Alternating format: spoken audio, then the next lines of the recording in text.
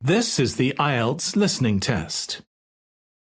You will hear a number of different recordings, and you will have to answer questions on what you hear. There will be time for you to read the instructions and questions, and you will have a chance to check your work. All the recordings will be played once only. The test is in 4 parts. At the end of the test, you will be given 10 minutes to transfer your answers to the answer sheet. Now turn to Part 1.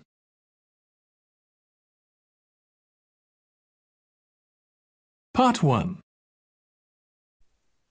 You are about to hear a conversation between a man and a woman who are having a discussion about enrolling in a university course.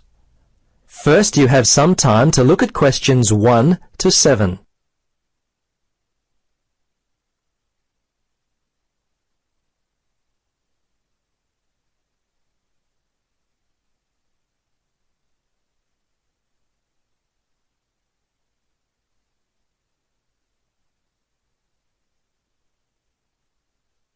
Now, listen carefully and answer questions 1 to 7. Registrar's office, this is Pam. Yes, hello.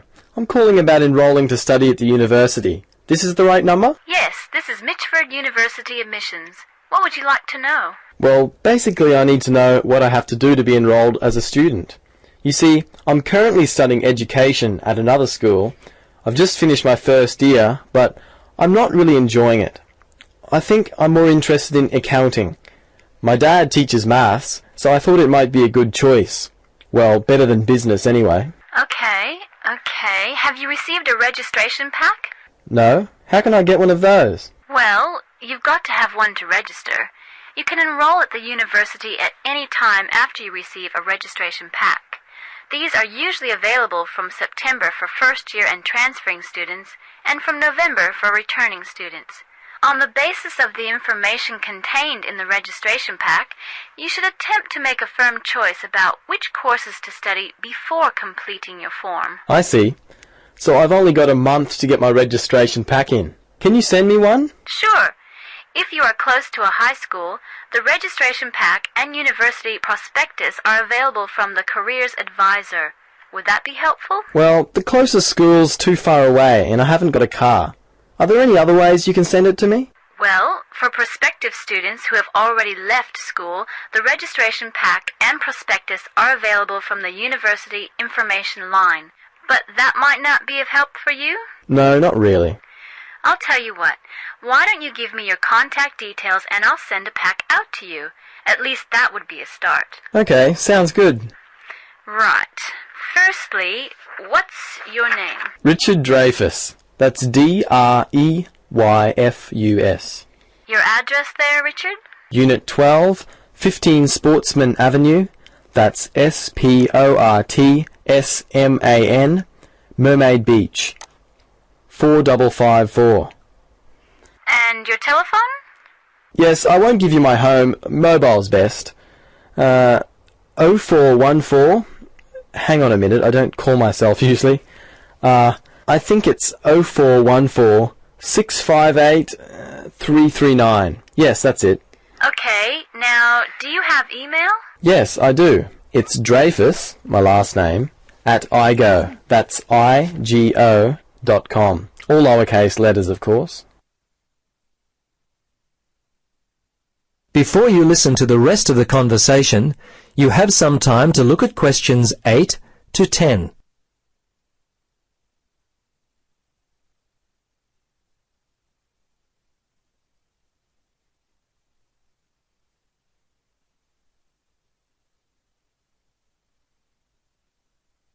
Now listen carefully and answer questions 8 to 10. Okay, that looks fine. Now, do you have any questions for me? Yes, I've got a friend who is interested in studying at the university. I'm not sure what would be best, the best way for him to register. Can you give me some suggestions? Sure. There are 3 ways to register. Option 1 is telephone registration. Before you telephone, fill out the registration form included in your pack. This will ensure you have all the information that you require. The number is in your registration packet. Don't forget to hold on to a copy of your registration form for future reference. Yep, okay. Option 2 is registration by post. All you have to do there is complete the relevant sections of the registration form and post the completed form together with all documentation required in the envelope provided. All right.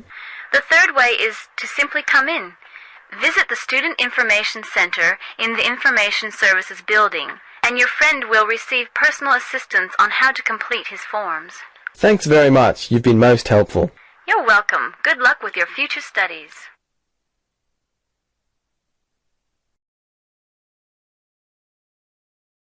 That is the end of Part 1.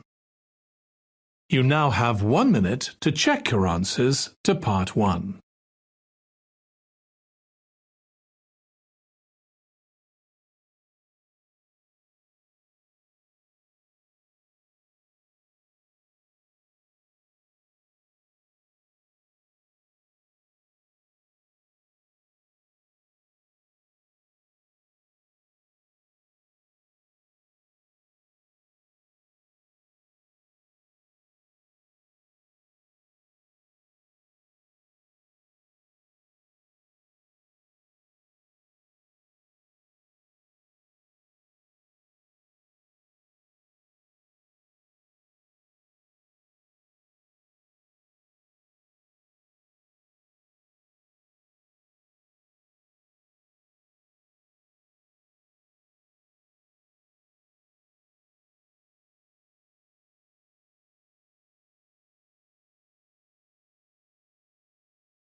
Part 2.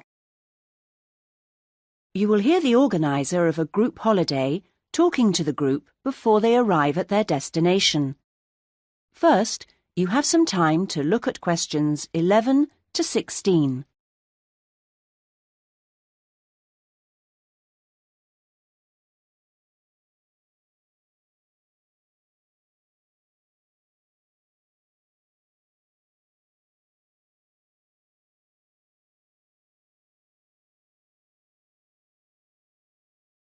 Now listen to the first part of the talk and answer questions 11 to 16.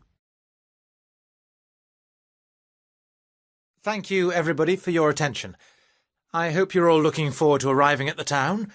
I thought you might like to know a few things while we're still on the coach, and it'll help to pass the time on our journey. OK, as you know, we're staying at the Park Hotel.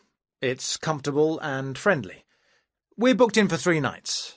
Now, I'm aware that not everyone wants breakfast there, so if you do want it, you should tell the hotel that you do the night before. We're making our own arrangements for dinner each evening, and there's a cafe open at the hotel most of the time if you want a drink or a snack. There's also a very pleasant lounge on the ground floor, with a collection of fascinating paintings. And then I hope you're going to enjoy the various activities that are lined up. However, I do have to tell you that there have been some changes since the original programme. For one, because it's been restored and is therefore closed to the public, we won't be going to the castle after all, I'm afraid. However, there's plenty else to see, and the gardens are still open. Something we've been able to add to the programme is for Saturday, when a local historian will give us a lecture on famous people from the town.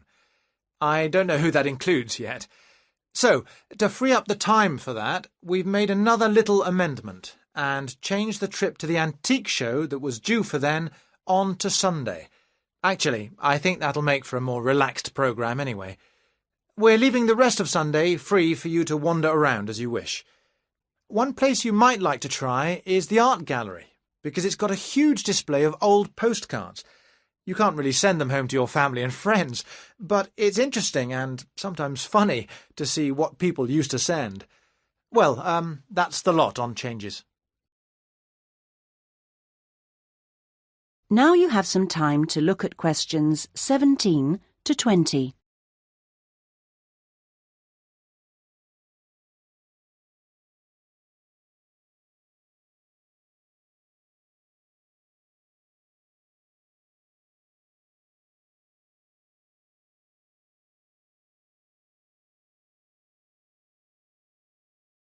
Now listen to the rest of the talk and answer questions 17 to 20. I thought it could be useful to try and get your bearings now, before we actually arrive, so I'll give you a few pointers on your maps. OK, first things first. The Park Hotel, because I assume you'll want to deposit your luggage before anything else. We'll be driving into the town from the west and stopping at the bus station. To get to the hotel, just go straight down the high street towards the railway bridge, and after the bridge, if you go left, you'll soon see it on the right. As I say, it's a nice place. You can check in, see your rooms, relax a little. There are a couple of interesting little shops nearby. There aren't any internet facilities at the hotel, I'm afraid, so if you want to send any emails, you'll need to get yourselves to the internet cafe. In fact, if you want to do that first, it's easy because it's near the bus station, on the corner towards the right of Curtis Lane and Kramer Street. So, once you've done that, well, if you do that, then I suppose you'll be ready to do a bit of exploring. You've got your basic maps, but you may want to get more information, and the Tourist Information Office is the place to do that. It's up around the train station area.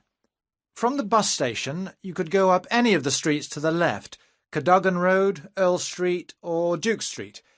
The office is directly facing the train station on the corner with Earl Street. They've got all sorts of brochures and leaflets about local attractions and tickets for sale. They even sell some locally produced jams and chocolates. And a last pointer at this stage is our venue for dinner tonight, the Royal House restaurant. This is conveniently located in the very centre of town. In fact, you'll no doubt pass it as you're walking around beforehand. In relation to the bus station, it's not far. Going down the High Street, if you pass the corner with Cromwell Road, then the next junction is a crossroads with Duke Street and Runton Road, and it's there. You'll be able to see its rather grand entrance over on the left corner. The food and the service there are both excellent, so it promises to be an enjoyable evening. Well, we're just coming into the town now, so...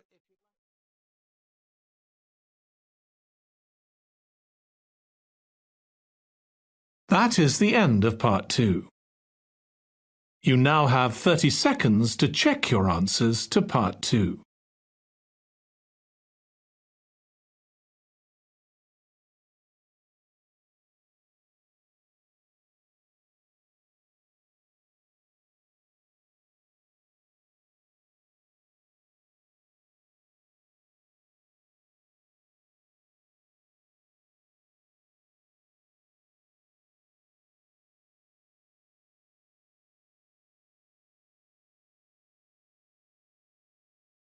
Part 3. You will hear two friends discussing what to study at Mitchford University. First, you have some time to look at questions 21 to 27.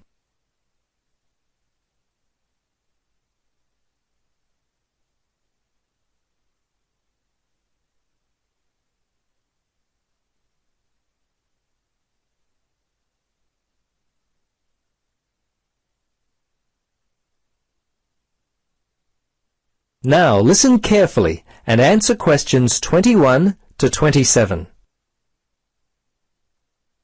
Hello, Gloria. Hi, Paul. I just heard that you're studying psychology this year. At the moment, that's true, but to be honest, I'm not sure exactly what to study. You're in your third year at university. Do you have any advice for me? Well, it's a difficult question for me to answer, but I do have some ideas based upon my personal experience that may be of help. Anything would be helpful at this point. I'm feeling a little worried about what I should do. Well, there are a few things that I would recommend. Firstly, ask yourself, what do you really enjoy studying? For example, maths, English, science? This will help you decide what course you should do. The university handbook lists all the courses available. You should take some time to look at it. A couple of my friends spoke with recent graduates of courses which took up a lot of time. Another thing which took a lot of time was an interview at the Dean of Academic Affairs office. They're always so busy there. Unless you've got a lot of time, I wouldn't bother with either of those ideas. Okay. Gloria, I understand there are some excellent publications that I can look at which will help answer my questions. But the trouble is, I'm having a real hard time locating them. Do you know where I might be able to go? Yes, I encountered this very same problem when I was deciding on what to study. I managed to locate a few excellent books that really helped me to decide what was best for me. Now, some of the details will be a little inaccurate. That's no problem. If you could just remember the titles, I'll be able to look them up at the university library. Now, let me just get my pen. Okay, ready? All right. The first book I found was What Should I Do? It was written by Paul Smith, and I believe it was published in 2000 by Smith Brothers. I think this was the best book I read, although Judy Newton's Choosing University Courses was also an excellent help for me. Can you remember what year that one was published? Let me see. Most of the books I read were published around the same year, 2000, I think. I can't remember who published it. I think it was Printers Limited. You'll have to check that one out yourself. No problem. This is just what I've been looking for. Anything else you could recommend? Yes, there was one other book which I remember because my cousin works for the publishers Brown and Tate. He started there in 2002. Anyway, the book's called Surviving University and was written by Julie White. It's an excellent book which came out in 2004. I certainly recommend it. Before you hear the rest of the conversation, you have some time to look at questions 28 to 30.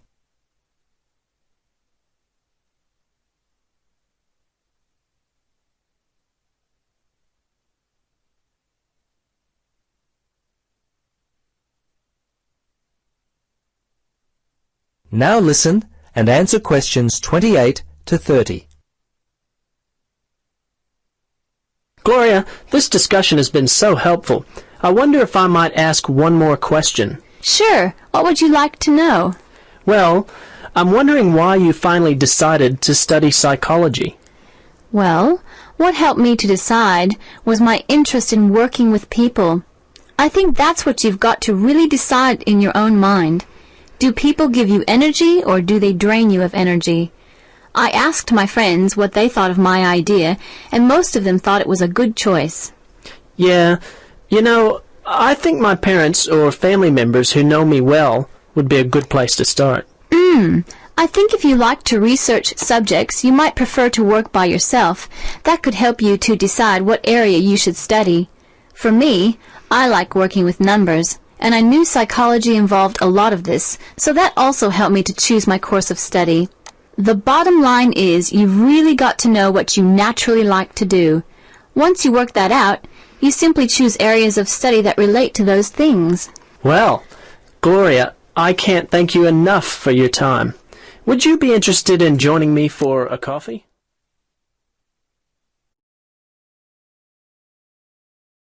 That is the end of Part 3. You now have 30 seconds to check your answers to Part 3.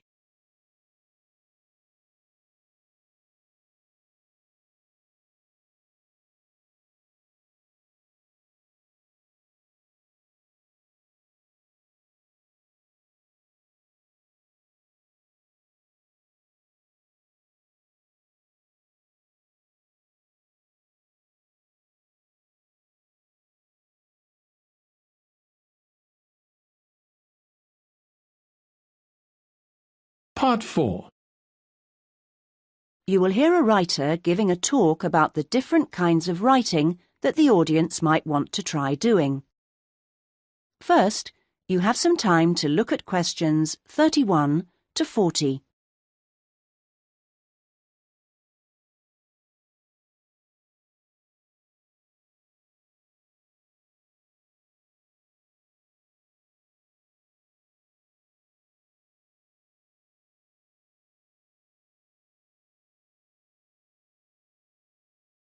Now listen and answer questions 31 to 40. So, I'm now going to say a few words about the various different kinds of writing you may want to consider. Each has its own challenges and rewards, and it's really a question of seeing what suits you best. There are no rights and wrongs here. Let's start by considering the short story. Remember that a short story isn't just a very concise novel. There are 3 basic styles: the story itself, the slice of life section, and the surprise type, and all of them are equally valid as treatments of the genre. When producing a short story, you don't have time for a slow build-up of interest, so you need to get in there straight away and begin with a crisis. Then there's non-fiction, which can sell very well, with biographies in particular frequently hitting the bestseller lists. It's important, however, to be sure your chosen topic is genuinely interesting to people, and you know enough about it to do it justice. So when you're submitting your idea to a publisher, it's worthwhile to give them details of specialist knowledge you have.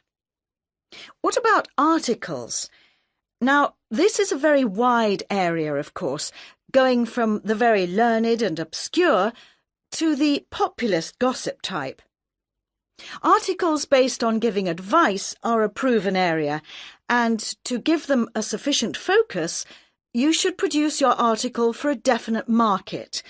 That will help to define your purpose. Turning to something different, there's the question of poetry. It's often hard to define what poetry is exactly. Maybe it's easier to say what it isn't. But it should be subtle, so the message of a poem oughtn't to be overly obvious. True poems let the ideas sit there for the reader to ponder. What they must do is sound good, like singing. So I recommend reading what you write aloud to yourself to check the melody. Well, then there's plays, which are basically novels, but told only through conversation. A playwright includes minimal instructions for actions, but not for every small action the actors will perform. Things such as moves towards sofa and so on are for the director to come up with. If you're thinking of trying your hand at a play, a good starting point would be to educate yourself a little in the art of acting, so that you know what the people who deliver your work can and can't do with it. What next? There's radio, of course.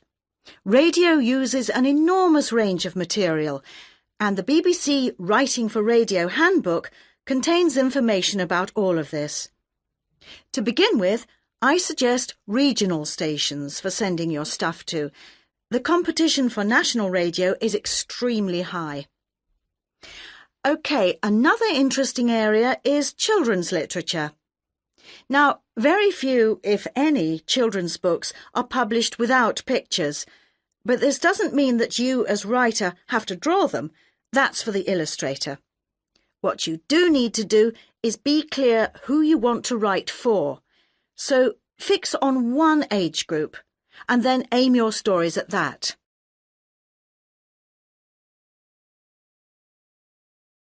Right, I've saved what I consider to be the best and the hardest till last, the novel. Very long and very difficult to do well, but certainly not impossible, as any bookshop shelves will confirm. One of the first things to decide is from what point of view you will tell your story. A popular choice is the first person, and this technique certainly gives a sense of immediacy for the reader, while many new writers find it easier to project themselves into their main character if they can write in his or her name. But that assumes, of course, that the main character is somehow like the writer, which may or may not be the case. Meanwhile, if your book is all narrated by I, you can only put into your story things which are experienced by that character, which may prove to be rather restricting. Now, there are all sorts of pitfalls for the novelist, and many of them relate to the issue of providing a balanced narrative. Every time you introduce a character into the story, you have decisions to make. Of course, you want to populate your landscape with a variety of people to maintain interest, but don't feel you have to decorate every one of them in elaborate detail. The same goes for irony. All too often, an inexperienced writer will create a strong ironic situation and then spoil it by spelling out what they mean by it, as if readers were too stupid to understand. A few contrasting details should serve to make the point clear. A big challenge for new novelists is dialogue. What is the relationship between conversation as people really speak and as it is in novels? Well, it depends. If you recorded actual conversations and copied them straight into your narrative, readers would get confused and bored, all those unfinished sentences going nowhere. On the other hand, you don't want to write out page-long utterances by characters, as these will seem unrealistic to an extreme, but you can insert minor descriptions and actions to vary the pace and add interest. Well, I hope what I'm saying is encouraging and not too off-putting about the various difficulties. Are there any questions at this point?